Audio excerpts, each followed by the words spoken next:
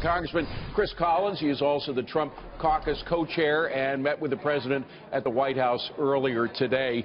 Congressman Collins, first of all, your general impression, were you expecting that much vehemence from President Trump in front of the press? Well, I didn't get to see the actual press conference. Oh, you I missed was busy in meetings, but I did certainly, I've heard about the press conference, and clearly I had a one-hour meeting with him just preceding that at the White House. And, you know, all of us, there were 11 of his first endorsers, me being the first, kind of a reunion, if you will, of the Trump caucus that we had this morning. And discussions about the press were certainly front and center, even of our one-hour conversation. Yeah. Kind of the back and forth. Well, let me ask you about one article in particular, and of course it's our cousin at the Wall Street Journal.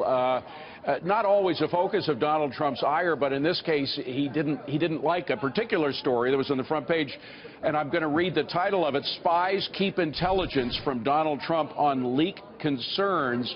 The idea being that the spies in various intel agencies are concerned about giving the president too much information.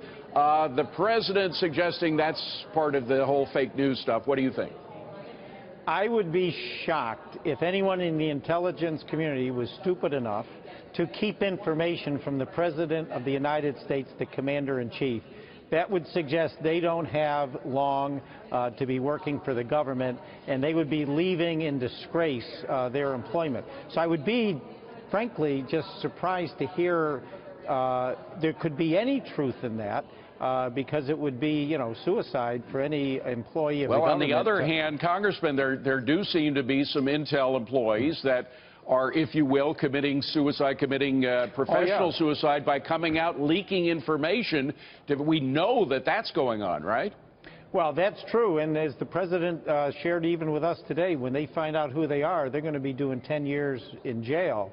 The fact that actual transcripts of his conversations with the President of Mexico, with the Prime Minister of Australia, the General Flynn conversations with the Ambassador to Russia, clearly some individual or individuals broke the law clearly in releasing those detailed conversations to the New York Times. Now, it leads to a question, Congressman. How do you track down spies who it's their profession to cover their tracks? It's kind of tough to do.